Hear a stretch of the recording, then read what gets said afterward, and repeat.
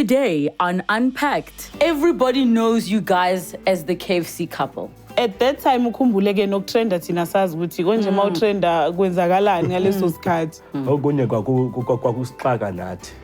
Kangangokuthi uma besithembisa ezinye izinto bebethi just name it. It wasn't just we're going to give you a wedding. Yes. They said name anything. After i-31 ngeyi-1 zaka January, everything just died.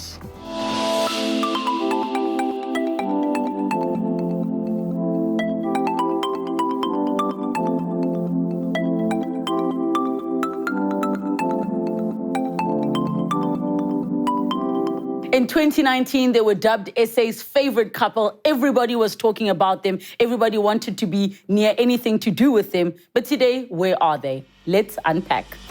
Hector and Nonhlanhla Mkansi, who broke the internet after a video capturing Hector proposing to his partner at a fast food restaurant, went viral in 2020. The Vaal-based couple's life played out on our phone screens as brands and people donated money and gifts to the couple for their dream wedding. Some time has passed since we got to enjoy the pictures of their special day. This is their story. Let's unpack. Nonhlanhla and Hector, welcome to the show. Thank you so much for joining us. Siyabonga ususivite. Siyabonga. Everybody knows you guys as the KFC couple. Yeah. Right? Yeah. And because of something that took place in the restaurant. Let's go all the way back to the beginning. Where did the two of you meet? Sahlangana 2009. Sihlangana emncwabeni ke kabuhlungu ke because emncwabeni vele indawo yokufa but ke thina sathola uthando emncwabeni. And then nasihlangana ke ubhuti wangicela inamba. Mara ke ngizibuza ukuthi awubhuti nje. Kodwa ke nje ke handsome ne. Kodwa ke ngayala futhi ke kokuqala ukumnika inamba. Ngathi hayi angina phone mina. Athi no ngathi iphone le la ephoketheni lakho ngithi hayi akuseyami iphone leyo. Angincenga ke wacela inamba ngamnika inamba. From lapho ke kwaqala uthando ke phakathi kwethu. But ke ngaleso sikhathi bengisafunda isikolo ke. And this was in what year? 2009. Ngenza matric. Then mangiqeda ukumnika inamba yami angifonela like every day. Uyobhala namhlanje ngithi ya ngiyobhala good luck all the best. Ngibe like oh this guy is so sweet. Kodwa ke wena Hector ngingakamuphi ke leyo chance yokuthi ngisafuna ukumbona ukuthi umuntu onjani. But ke ever since from then namhlanje. All right, so Hector, where were you in life at that time? Hey, umuntu bekayidlalela eThokoza. So besine branch isonto la eSbokeng ngakubo. So then kanti umama mfundisi wethu washona. Then masiya lapho ke besiya kwinkonzo yakho mamfundisi. So ekseni sibuya kuyothuna. Then kula ngihlangana naye khona ngitshela lo mfana lapho Sifiso it's my friend. Ngithi kuye ngicela ungibizele sisi uyambona la sisi lapha. Uthe ngiyambona hayi ungawari lana. Umuntu wala wakithi loyo. Ngithi ayimbizezelana. Ufuna amanamba wakhe. Then wazama ukuthi ambize. Mayefika ngithi ayi sisangidlanga ngihambe uyongiphakela ukudla. So uyabona ngifuna nendlela kumngena phela nami ngiyayibonela ukuthi hey akulula ukuthi uvele ungene. So ngithi ngicela ungipha amanamba. Wala ke ngathi okay hambe uyongiphakela ukudla bahamba. Mayibuya ngithi uthawu na phone yini le? Uthi hayi akusifoni yami ngithi hayi mara icishile manje ngithi inamba yayo yokusala uyayazi ngiphe yona. Noma yabani wakene ngizokufonela ku then wanginikeza inamba yakhe. Kwahamba ngaleyo ndlela hayi cha ubendlalelo mayithangana namba. Ubendlalelo noma bengingamiyeka bekazongilandela ngoba naye wayibonile nje ukuthi hayi lo baba lo. Yeah. So then you dated for a while. Yes. You were a couple. And then at some point you said, Bomalume. What happened then? Uma ngabe ngiqeda ukukhuluma naye ngabona ukuthi no man lo muntu engimtholile u right for ukuthi mina naye singaphilisana. Then ngazama ukuthi ngimcela ukuthi eze la bengihlala khona eThokoza ukuthi sikhulumisane ukuthi kahle kahle mina ngithanda nje lokho sesitrateni. Ngifuna ukuthi siphume singene endlini. Obonkosikazi ekhaya. So savumelana ke mara eloke elwa ukuthi mina ngisafunda ngifuna ukuya esikoleni anginankinga nesikole but manje nginenkinga nokuthi ngifuna wena mina uyayibona so ngaye ekhaya ke ekhaya ngafika ngabatshela ngathi khona umuntu engimtholile then ngiqamba amanga nakhona ukuthi nginemali manje sengifuna ukuyolobola angikabi nemali but ngifuna ukuyolobola manje ngifuna ukuyolobola all right no it's fine then ngabuya ngamtshela sihlale cishe standard from 2009 period of 4 months then last 5 mangaphonsisa it was 4 or last 5 then ngaya ngamtshontsha ukuthi ngicela ukuhamba nawe ekhaya bayokubona then mangifika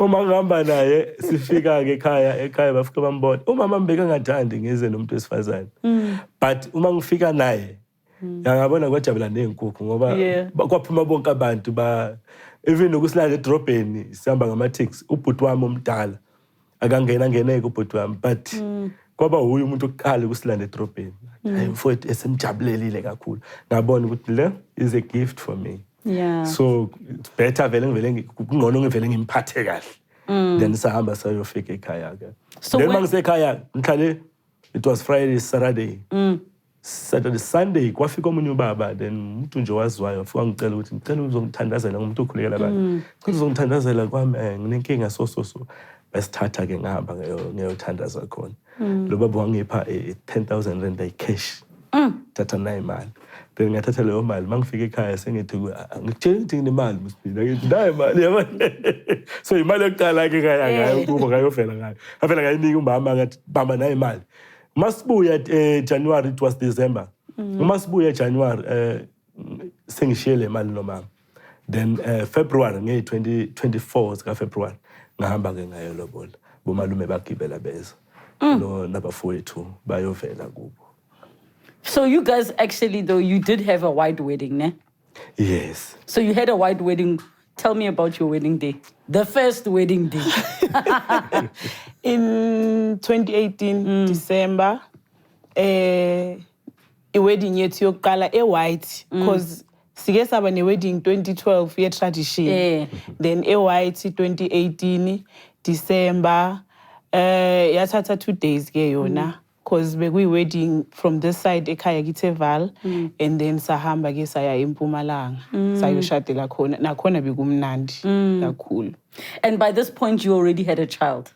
Yes. 2018 bekana mhlambe 6 by then besekana 6. No, and it's nice to know to see the journey that you guys were together, you know, all the way from 2009 to be having the wedding 2018. You waited almost 10 years to do this. So take me to the part where you end up going to a mall and there's some scamming and trickery. Hector, what happened that day? Hey, ngaleli langa kwayenzeke imanga leli. Ngoba ngavela nje ngavuka ekseni uma iqeda nje ukucleana engakayalungisa ukuthi mhlawumbe uzophuma uya somewhere. Futhi besingaphumi. Kwafika kimi ukuthi hayi man. Bengimkhipha ama ring kulelo vehicle it was Monday yakhona ngithi akanginikeze ring yakhe ngifuna ukuyoyiclean. So then ngayithatha nayami ngayikhipha ke ngawahlanganisa ngawahambisa.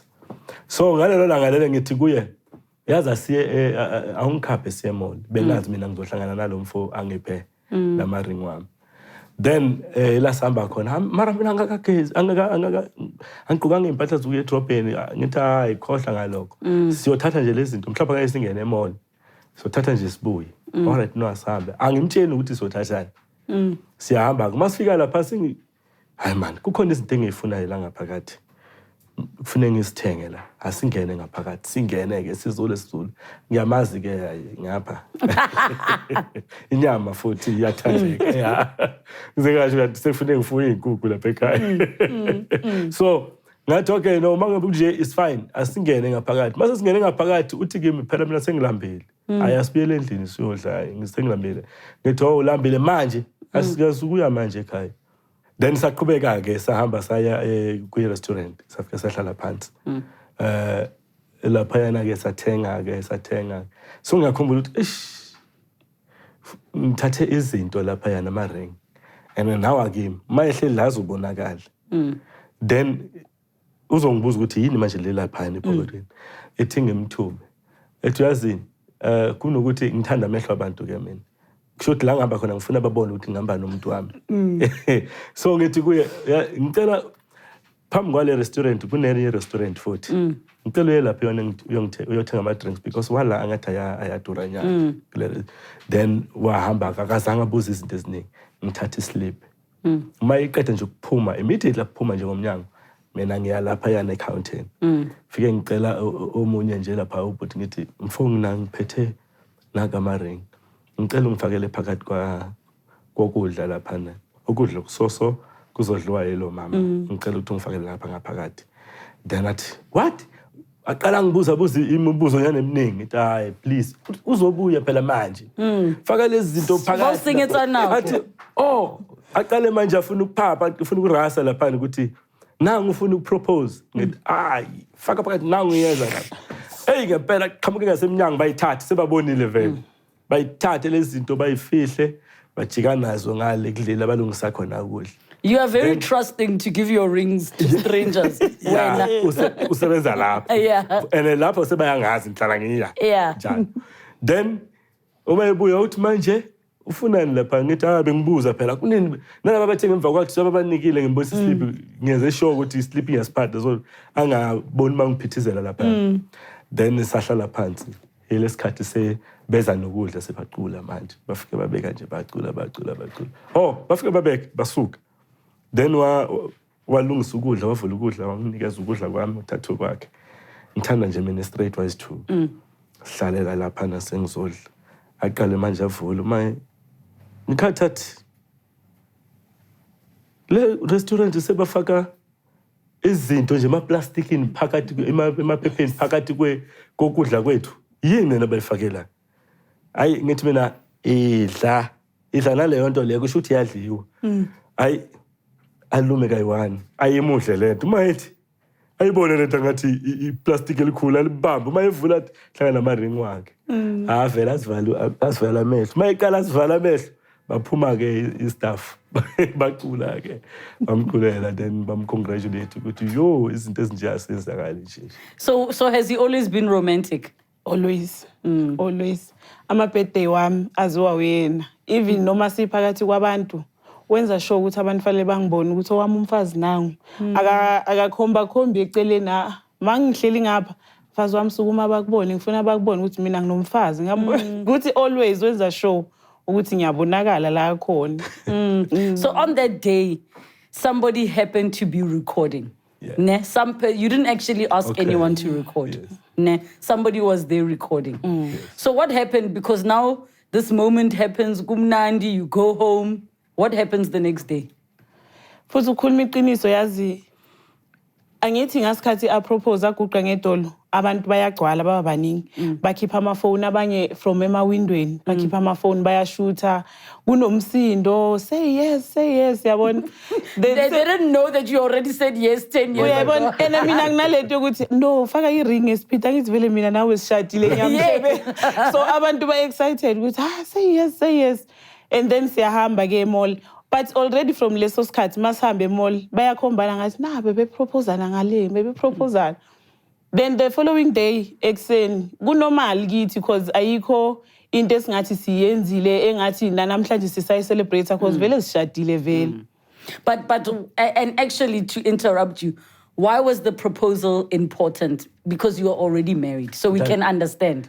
Ngithanda amehlo abantu. And ngifuna ukuthi wonke umuntu I love your honesty. Ngifuna ukuthi umuntu abone ukuthi umuntu wami ngiyamthanda kangakanani. Kahle ngeyiloyo muntu loyo. Yeyibona. Ukube ngiyazenzela bengizohlala kusho ukuthi kube ngiyazenzela nginento sami. Befuna ngabe kahle every day. Uthampola wonke amamola ezela esentini azohlala at top. Okay, no, I understand and that's so sweet of you. So the next day nothing special was happening. Yes, and again thina ke asinana by that time besine Facebook kuphela. So akunaniki interesting eyenzakalayo. Ngi receive a call from cousin yami ise-Randburg. Uyangibuza ukuthi hayi man niyatrenda kwenzakalani? At that time ukhumbule ke nokutrenda thina sazi ukuthi konje mawutrenda kwenzakalani ngaleso sikhathi. Niyatrenda kuphi? Twitter yini? Izolo benenzani emall ngiba like hayibo emall. Oh ngiyakho ukuthi oh okay manje wena uyibone lento ngoba useRandburg athi kimi no checka ku Twitter ngithi angina Twitter mina and already ngaleso sikhathi sekulate vele ngithi kuyaya angina Twitter mina so lento ngizoyibona phi ku Facebook akunani kuseyenzakalayo Hi man, the following day sekuyilanga lesi2. Hi, sengireceive nama call from abantu ke engingabazi. Like ama neighbors wami sebayangifonela. Hi man, uyithatha number yami. Hi, niyafuneka e-restaurant enje, niyabizwa wozani, hayibo. Mangimtshela ngiba like mhlambe kune lunch abafuna ukusinika yona ngoba bekugcwele abantu izolo mhlambe siwinile kodwa ngazi ukuthi siwini competition yani sihlangane nabo sikhulume nabo ke phone nabo sebeyasifonela nokuthi ama number wethu bawathathe ebhasazi sesiyafonelwa I remember siyafonelwa yenye radio station hey ni live ku radio hayibo ku radio kwenzakalani kanti mangithi ngiyavula i-radio uye uprotect okhulumayo la eradioweni ngiba like hayibo lento kushuthi inkulu mara ngibuye ngithuke ngithi orama scam angaze ngibona into nje yenzeka kwenzakalani until sisiya ke restaurant sifike sihlala phansi nabo sifike sikhulume basichazisela ukuthi hayi niya trenda ku Twitter man trenda kwenzakala kanje kanjena abantu ba offera ukunenzela umshado then siyabachazisela ukuthi no thina sishadile then bayamangala ukuthi kanti sithayi kushuthi ke i-blessing le yenzakalayo kushuthi uNkulunkulu wenze nje umsebenzi wakhe ukuthi athinta abantwana bakhe ukuthi no bayenzeleni into enjeni because siyabachazisela ukuthi okay right sishadile 2018 umshado omhlophe but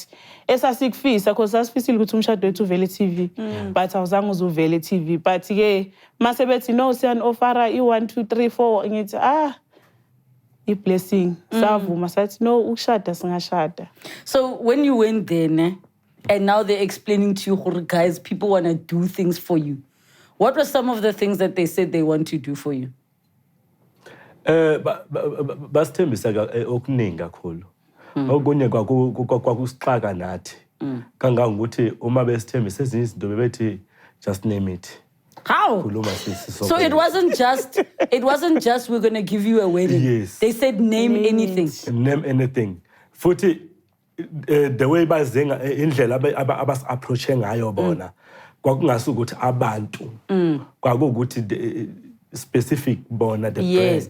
Also they didn't say everybody, they say we want to do number this. Number one abantu abafuna ukunikela bebengakaveli. Oh okay. But bekunabantu abakhona ukuthi hayi nathi singayenza ukuthile. And that was later because everyone was excited. Yes. But at that moment they said we the restaurant we want to give you a wedding. What else do you want? Just name it. Yeah. And what did you name? And uma just name it sengibuka lo mama ngithi ngithi noma ngingafuna imoto but name it. Noma umuzi name it. Ayo. Labantu bathi manje bafuna ukusenzela everything. Ubheka ngithi uyabona ke manje ngokushaya izinto zazi. So what did you name? Kukhona okunye engakubuza ngoba bebasinika isikhashana bathi hambani ucabanga but nina cabangani lokho enikufunayo ningacabangi nithi ngicabangile just name it khuluma lento oyifunayo then okay no it's fine. Number one uma beqala bafuna ukuhamba nathi lena le ngithi mina nezimpahla zokungena kulabo bantu asinazo sizoba sigqoke angisebenzi so basithatha basingenisa emashop khethana impahla. Before then now I want to know what did you ask for? Angithi kufunekani ukuthi sikhona ukuthi noma sihamba nabo sibe sigqoke kahle. Oh okay yeah. So basingenisa ke basithengela lapha nakhona siyathathela nje thina then all right and sisasaba angeke uvele uthathe like uzothatha ubuzo because you can't believe. Yeah thatha futhi hayi thatha Hector, wenzala nka wena? Come on, thatha futhi. Uyabona njalo nakuyi. So uma ngabe siloko sihamba isikhathi kuyafika ukuthi hayi thina sifuna ukunenzela lokho. Okwami ngokuqala ngibuze nje kuphela ukuthi uma just name it a restaurant. You want a franchise?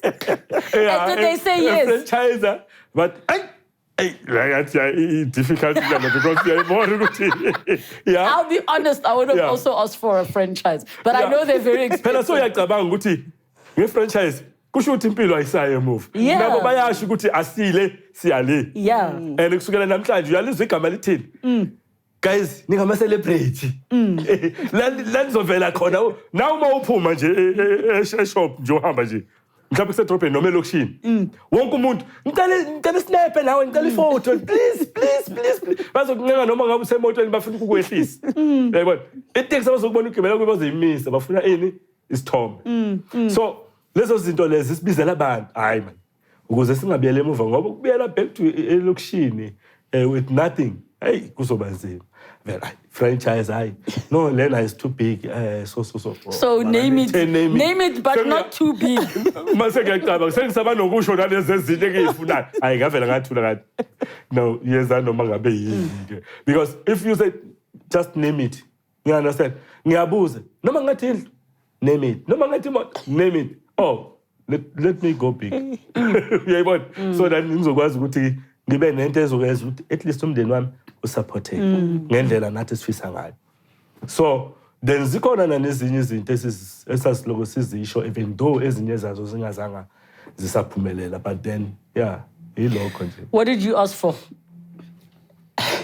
Azangifuna ukuqambela amanga mina was in shock yonke lento mayenzeka sometimes benginokumvusa ekseni ngithi like serious ngingakholwa for isikhathi eside mina ngingakholwa noma bayenza bo name it like mara what's happening because bengi lost angifuna ukuqamba amanga bengi lost angazi ngize ngaphaphama msho mase ngivela e-TV kwakhona ngiqala ukuphaphama ukuthi hayibo serious lento yenzeka yazi and sometimes even namanje nginokufisa ngathi singa rewind siqale phansi ke ingqondo yami say right ukuthi nganame ke manje ukuthi ngifunani but ngaleso sikhathi ke futhi ke ukhuluma iqiniso ngenxa ukuthi sasifisa ukuthi umshado wethu uvele e-TV bathi mabathi name it ngathi mina as long as ngimuhle emshadweni ngenza nje ngaza kweza mina nina nalungisa yonke into and worse ke bengine wedding plan enganganayo ke eqale emshadweni oqala bengingana wedding plan this time kune wedding plan ngiba like mina ngenzelena umshado as long as ngimuhle ukuthi ngithole lo yamshado lo enganguvele mina ngufisa. So who chose the wedding date? So you guys chose a wedding date, yeah. Yes. And they said to you it can be any time you want. Yeah. Yes. And then sakhetha i-31 zaka December. Sathi no cause lo nyaka cause lento iyenzeke ngobo November nge-8 zika November sathi ukenda lo nyaka nje ngomoya ngespirit esi high spirit sothando asenzeni ngi-31.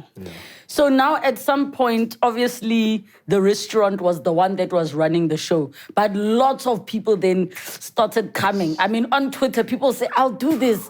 Nabo bebengabelieve kusho ukuthi bathoma beqala babona i-country seyiqala ikhipha izinto ukuthi mina ngizokwenza lokho mina ngenza lokho bavela bathatha lento like ekungathi bayihanda kuphi kwi-community because a lot of things zenziwe i-community then bona as a brand bavele kuyibo abahamba phambili but So they were basically managing the overall thing, and obviously their name was getting a lot of publicity, but it's the community that contributed. Yes. So before the wedding day and before all of the planning, what are some of the things that got done for you?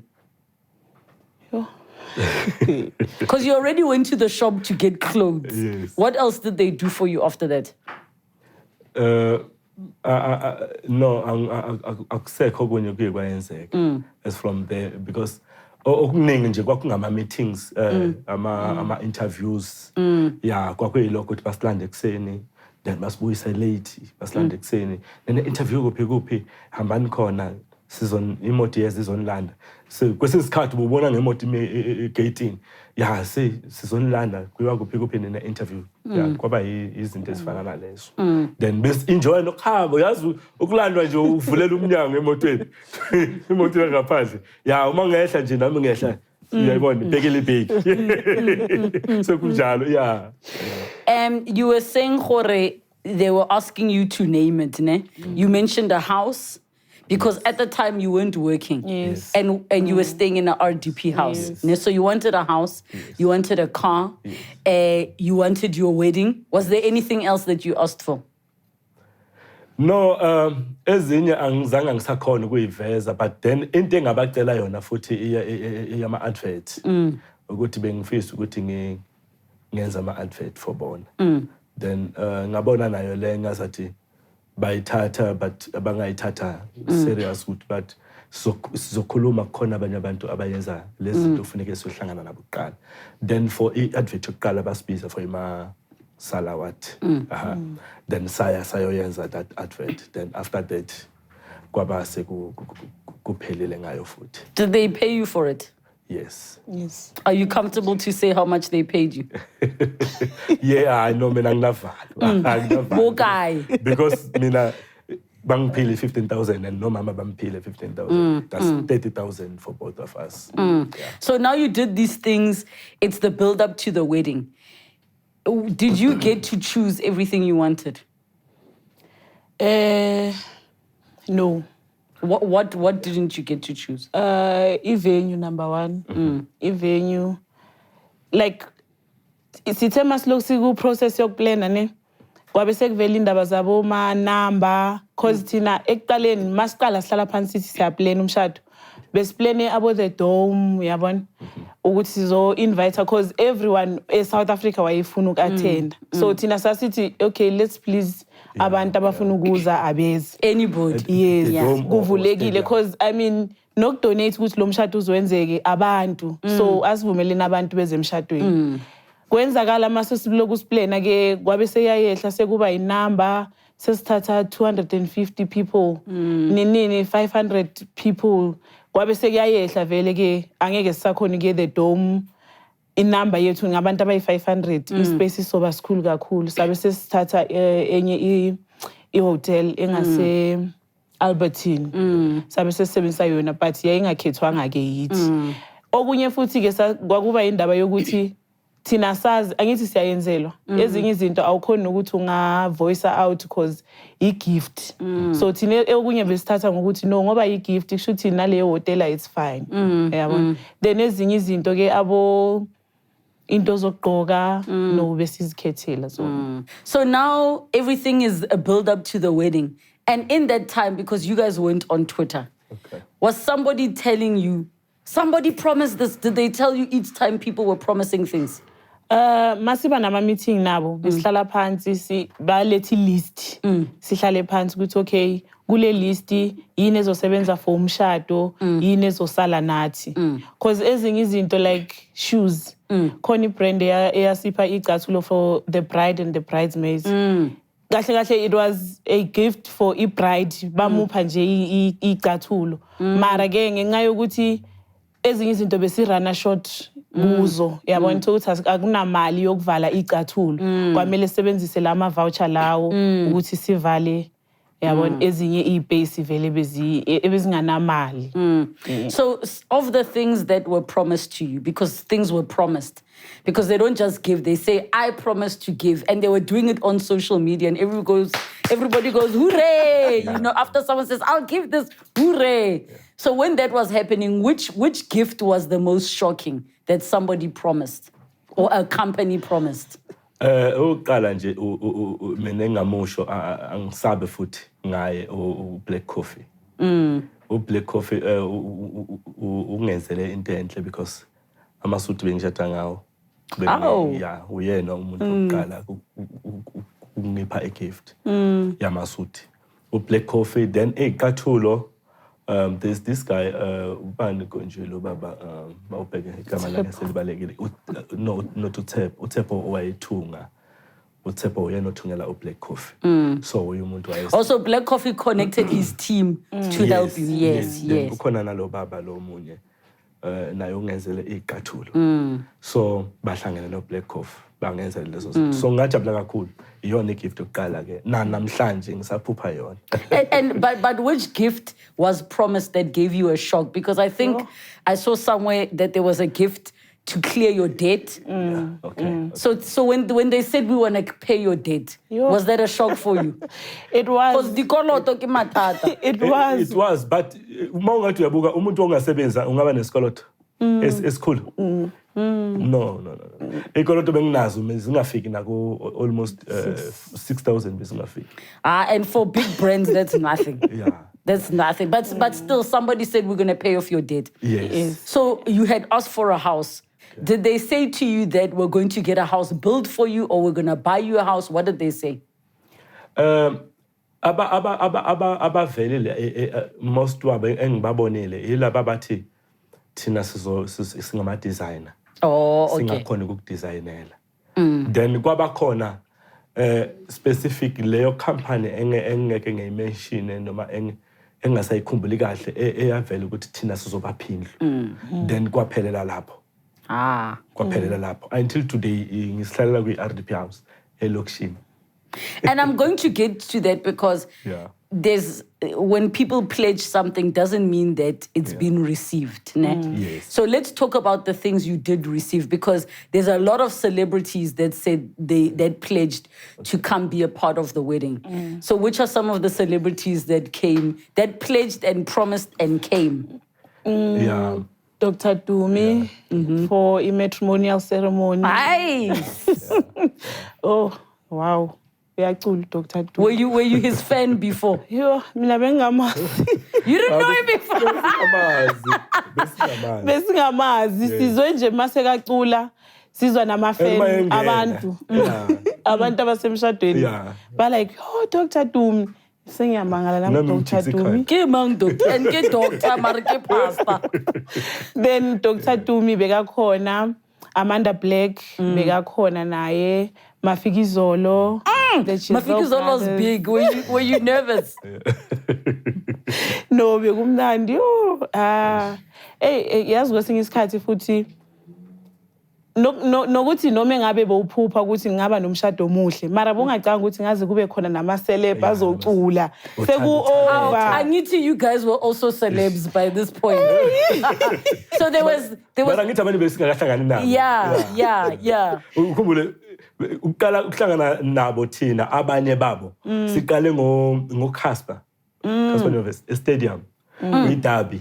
Uma bezos interview besibuza ukuthi lapha sizokwenzana ngadawa mina ngilanda makho because of heavy Pirates heavy Chiefs so kuyidabi bekudlala Pirates and Chiefs ngidala ngizomlanda bazodliwa namhlanje kulandela eyadliwa kanti uyabona kushiwo ukuthi ngimlandile kusho ukuthi sebangobosibari kufuneka bavume ukuthi mina ngumphela wabayisekho le ndaba then umuntu oqala ke naye eseqala ukubona ama celeb like life Donald also sang? Yes. No, Tando Tabete was there.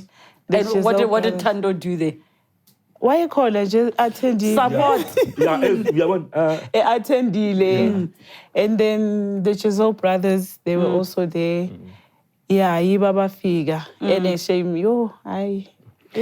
So celebrities were there, and then it was a beautiful wedding. The photos are absolutely Thank you. Beautiful. The dress. And you guys looked amazing. And then the wedding ends, ne? Yes. And the excitement dies down. What happened? Namanje ngathi. Why? Tell us why. Yonke into eyenzeka from ukuba e-TV, from pledges, after i-31 ngeyi-1 zaka-January. Everything just died. Went quiet. Kwaphela, even connection with the restaurant. Sagcina navele emshadweni yi-31 zaka-December 2019. Even now, kuba nje lawo ma-phone calls. Hi, how are you? Nje, uyabona. Then after umshado vele nje vele kwaphela konke. What about some of the... Okay, let me ask it this way. Did you get a car? No. Did you get a house? No. Silokhu sizihlalela kuyo le RDP vele nje sihlala kuyo. I mean after umshado ngasho ngithi sabuyela nje empilweni zethu lezi vele like nothing happened.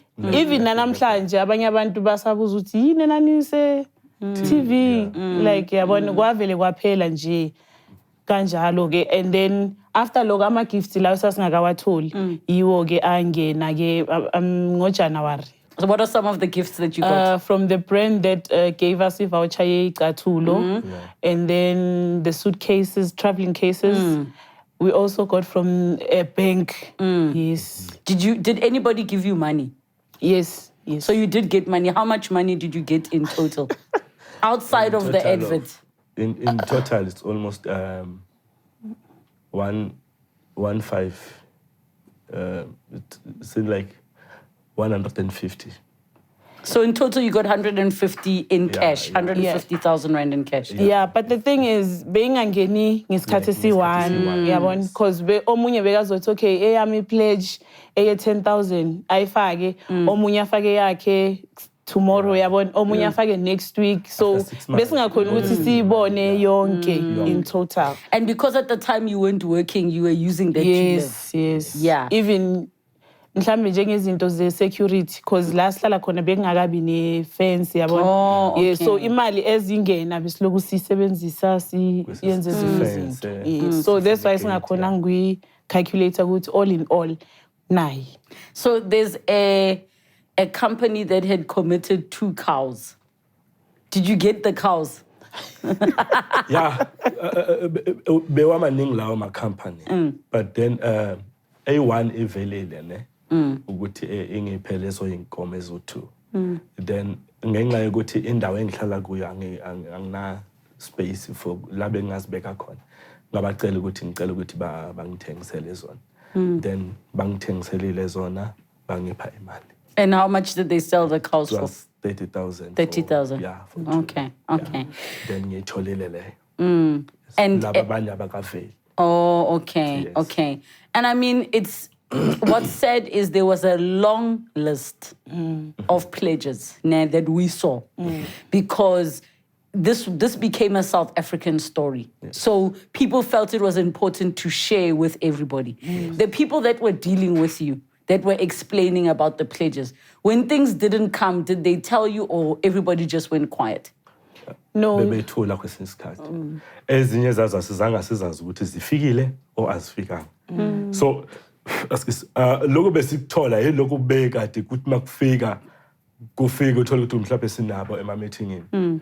Then okunye angazi ukuthi sikutholile okunye ukuthi uyayizwisisa because bebathi noma bereceive lezi zinto ezinye besithi mangabe sibiza kunezinto ofanele nizozicollect uma sifika just like ama-traveling bags. Then sawathola ngaleyo ndlela. Then okunye besingakuthola angifuna ukuqamba manga asikakuboni.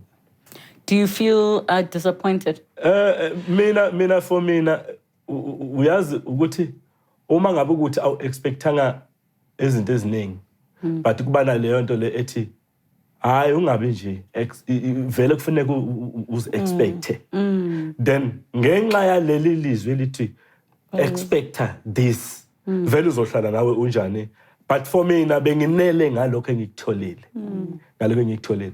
Abanye ama-companies ukuthi awakaveli game bengingakabi nenkinga but iba yilonto ukuthi abantu engikubo in community baqabanga ukuthi nginazo lezi zinto zonke. Yabona. Then pressure bakhona like now ngine pressure vele ukuthi okuningi even noma ngabe ngiye-mall ngifake nje i-short nyana yami lapha ngiba nalento ukuthi abantu bathi uyabona we blow it.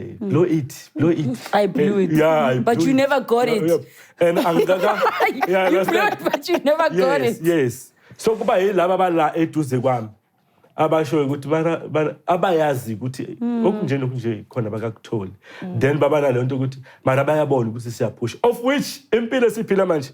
Impilo beloko siphila na before lezi zinto zenzeka because ngomuntu vele ukhona kwezi zinto zenzeka kwesisikhathi ngiba nabantu bakhulekela abantu beze bafika bangiphe that gift uyabona. Yeah, then sikhona ukuthi siphile.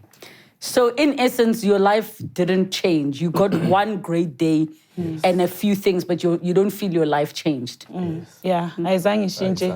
Iloku injalo kwaba nje ileso spotlight sangaleso sikhathi and then sadlula kanjalo. Njengoba bengikutshela ngithi after umshado vele even ne collection yama gift kwavele kwahandwa over kithi ukuthi okay from now on bekani ukuthi nenze njani. So we had to like sifonela ama company one by one.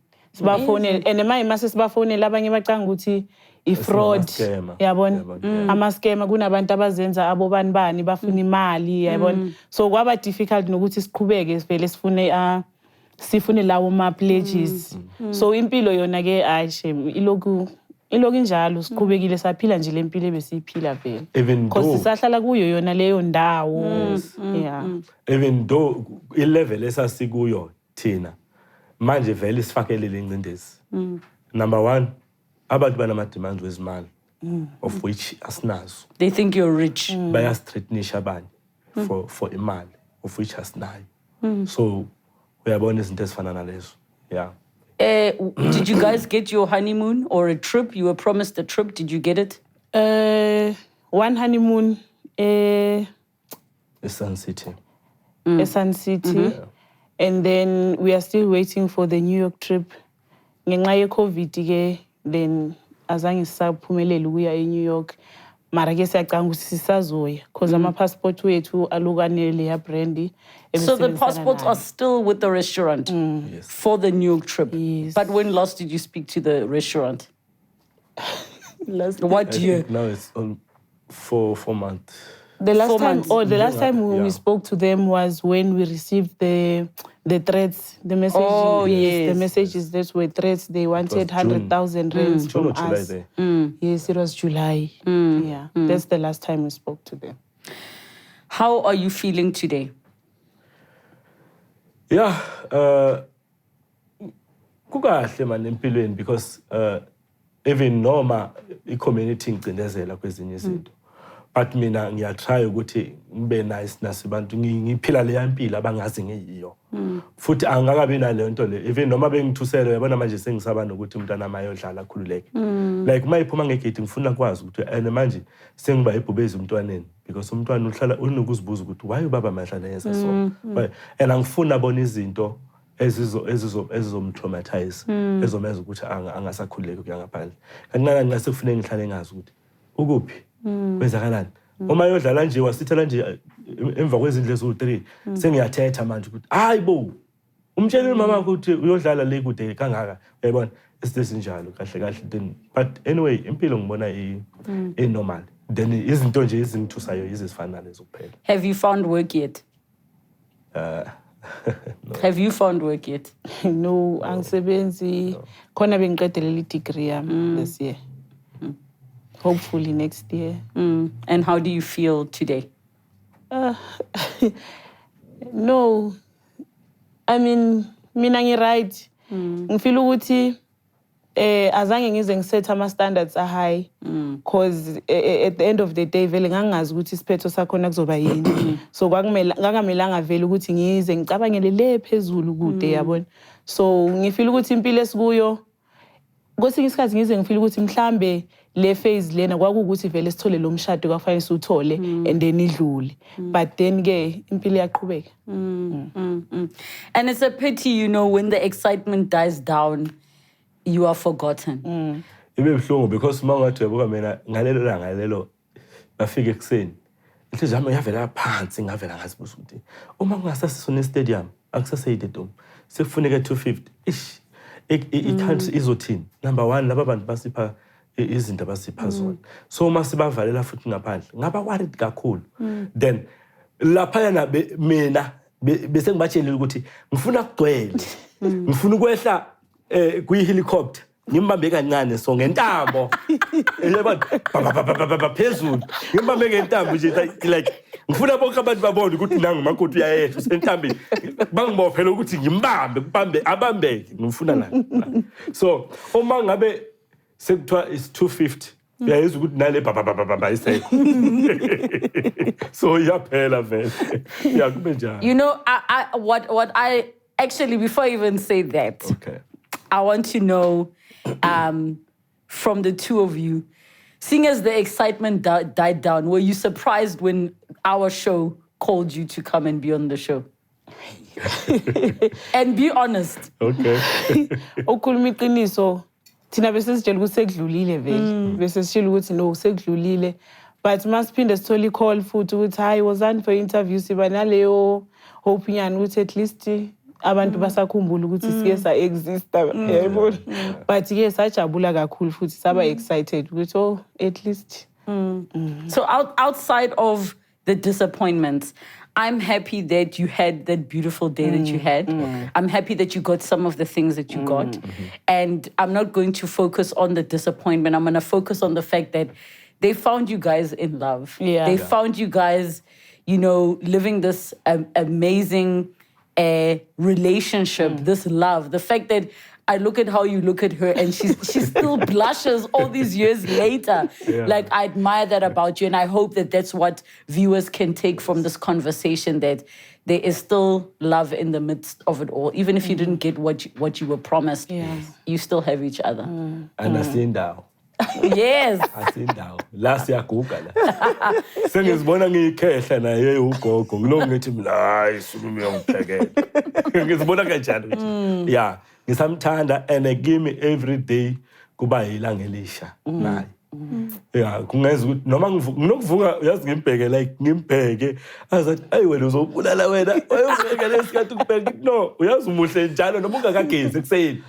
So that is why njalo ngihlala yabona ngiyamthanda ngathi sengiyagula nangengqondo because kancane into engiyicabangayo uthando ngicabanga ukubhala ngamnaye ngiyacabanga enezinye izinto ngiyibhale ngiyinothe phansi yabona kwesinye isikhathi noma ngabe ngicula like uma ngabe kuzovela lokhu kwale restaurant kulelo viki lelo sikuyi-practice yesonto bathi abanye abafana bathi mfundisi sicela into why singacompose ingoma ezintsha ngithi mina ngoba manje angazi ukuthi ngizokwenza kanjani ngaqambeni kukhona enye ingoma ethi sinomlamuleli onguJesu ngasuka kuyo speed ngoba sengicabanga bani sengicabanga yena ngaqamba ingoma ethi amasongo ayisivumelano sabantu ababili then uma ngabe khona lapho ngayicamba yaculwa kwamnandi safika ku-Good Friday sayicula after yona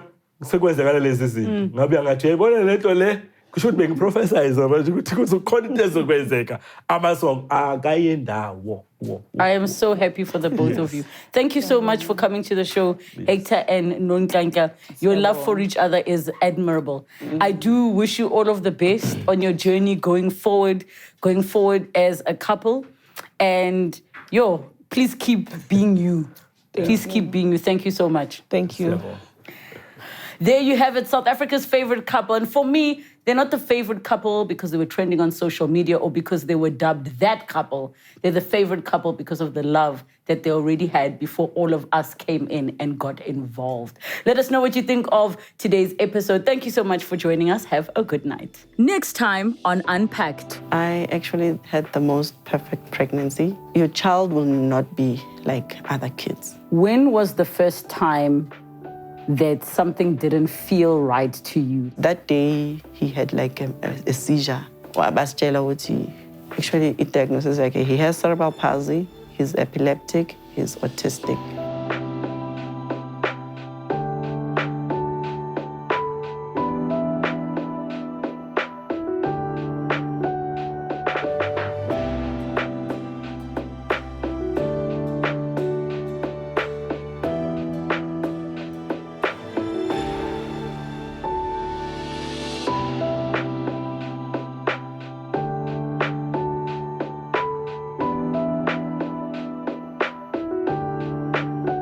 Thank you so much for watching Unpacked with Relebogile Mabotja. Make sure you subscribe to my channel where you can get to watch more episodes. But more importantly, you can be part of our online community. Comment down below, share with us who you'd like to see on the show, what story you'd like us to discuss. We love engaging with you. Keep it coming and don't forget to subscribe.